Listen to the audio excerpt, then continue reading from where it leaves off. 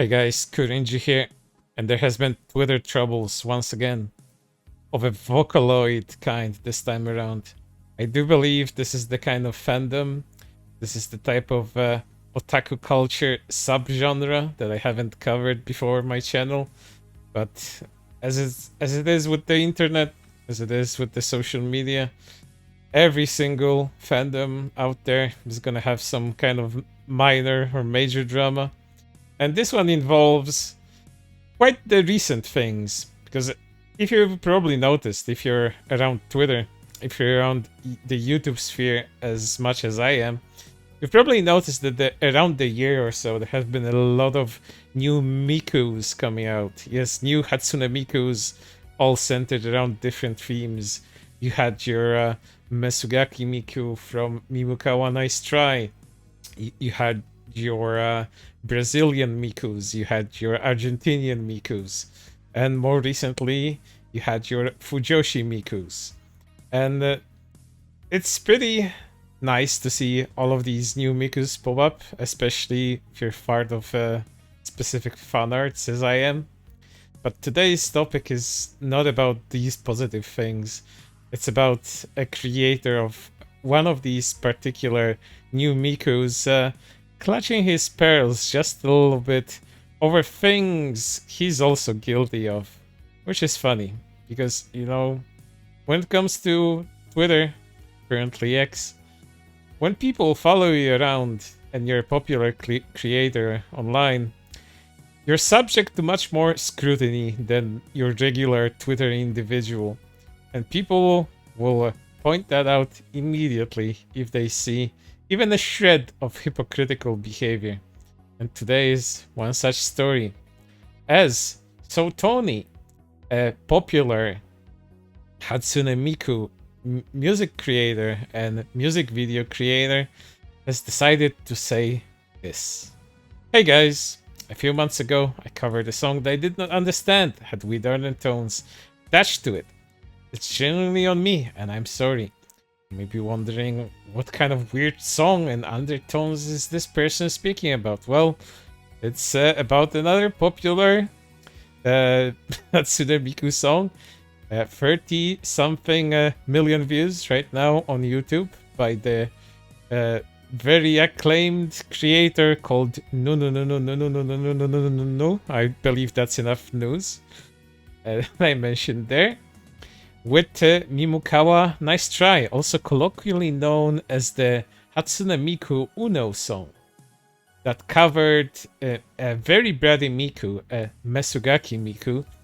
In case you don't know what that term means, it means a bratty little girl character, which is usually a loli, teasing a specific person, usually an adult, in a very promiscuous way, usually that's what it is. And as the trope goes, this particular Mesugaki, this Xogaki as well, gets punished for their bad behavior in all kinds of ways. So this is the type of message apparently that Tony does not support, including the creator that has now become Voldemort, because they are not mentioned by name anywhere in this particular Twitter thread. But let's continue reading. I have since removed the cover, and I don't condone that kind of message of themes. Praying emoji. And Tony also had a cover of this song of Mimukauwa Nice Try. It wasn't like a one-to-one, but it was an English version using more of an original lyric take on the original Japanese song. But it was around for a bit until they decided to delete it, because, you know, you can't support loli themes in 2025. That's haram. It's not allowed. Because Twitter will just freaking kill you. Let's continue. A few people have mentioned that following creators have done problematic things. I try to follow as many producers as I can to stay updated on vocal synth trends. So I would like to emphasize that if I happen to be following someone problematic, please understand it does not necessarily mean I endorse their behaviors. I really love these struggle sessions by people on Twitter, as if, you know, anyone needed their apologies, as if, you know, they're gonna be they're gonna be put to the test. They're gonna be doused with water. They're gonna be waterboarded by Twitter users, and then set off on fire if they decide a particular person they don't like is a witch and they deserve to be burned. This particular witch does not want to be seen supporting Mesugaki or Loli themes, I guess. I do not clean out my following frequently, and I don't immediately think to unfollow people. Thank you very much for your patience and support. I'll do my best to pay more attention to these things and not cause trouble for others. Which is very funny, considering all of this. Problematic creators, problematic themes. And so Tony, in case you don't know, the creator of the Fujoshi Miku that I mentioned in the beginning. Creator of a very popular, right now, a very popular new Miku song, The Confession of a Rotten Girl. And this he continues here. I'm sorry to talk about it in a vague way, but I don't really like mentioning other creators by name. Fake posting. Excellent. Please don't use this as a stepping stone to send anyone hate or harassment. I appreciate if you can understand. I'm locking the thread now because I'm getting shit in the quote tweets. Sorry if it's a little dramatic. I really didn't anticipate a lot of attention. Sometimes it's best to leave things as they are. You know, you could have just deleted the song if you do not agree with it and just moved on, but no. Had to prostrate yourself in front of the Twitter mob to earn their acceptance and I guess love and appreciation. But people that put out their pitchforks and start their torches to get you, they don't necessarily aren't necessarily looking for forgiveness. They are there to start shit, and they are there to burn down your house, your career along with it. And you know, as I was mentioning hypocrisy in the beginning, well, you have to understand what kind of themes Confessions of a Rotten Girl actually has, and a lot of people were gladly providing context for all of this. So let's take a look. You made Miku Lasting Boy Lover cover, but Mimukauwa Nice Try is not okay. How are Fujoshi Vocaloid fan afraid of Loli Miku? Coward. And again, if you don't know what a Fujoshi is, it's another trope of a rotten girl, a girl that is madly obsessed with boy love themes, with yaoi themes, homosexual romance between men. That's the kind of Miku that So Tony created for his song to accentuate that type of theme. And Miku very freely lusts on after her high school classmates. She pairs them up with one another, you know, those underage kids in the songs, as well as her teachers and all of that good stuff that's associated with Fujoshis. But apparently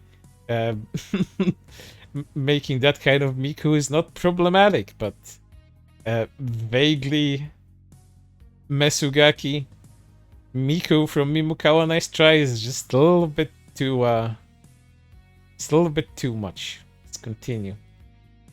So, a song where Miku, in high school by the way, fantasizing about her male classmates and teachers in sexual scenarios is fine, but a song where Miku is teasing a guy in Uno is bad?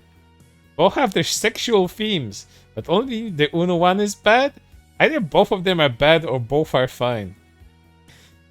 Adding to that, I would even argue that Confessions of a Rotten Girl has many more sexual themes and more explicit themes mentioned than Mimukauwa Nice Try does, because in there you just have a Miku teasing a guy for losing at Uno, whereas it turns out that it's Miku herself that is about to get owned in Uno as the song ends.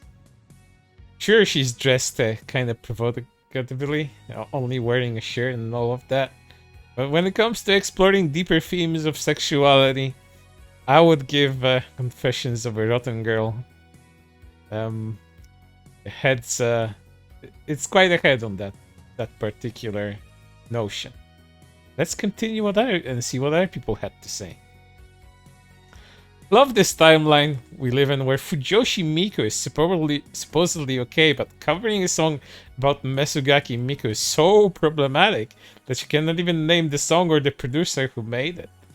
Which is also really funny because even Fujoshi themes themselves have been criticized by terminally online people as fetishizing male on male romances, and fetishizing things in current year, that's also bad. Being gay is only for gay people. Other people cannot appreciate homosexuality the same way. And if you do, and if you get off on it, at the same time, you are also a problem. Let's continue. Holy cuck! Which I wholeheartedly agree with. This guy that made a song about horny Fujoshi teenage is a fucking pussy and a hypocrite. Oh, I agree with that one as well. So, Tony, you made a song about a Catholic schoolgirl having fantasies about her classmates and teachers having gay sex. Funny that, isn't it, my dear viewers? And there were tons more. Just riding this person all over the block. And since then, I have not mentioned this particular song in any conceivable way, and I hope it stays like that, because cowards just stay in their holes and never show their heads again. But right now, that's everything. I hope to see you on the next one.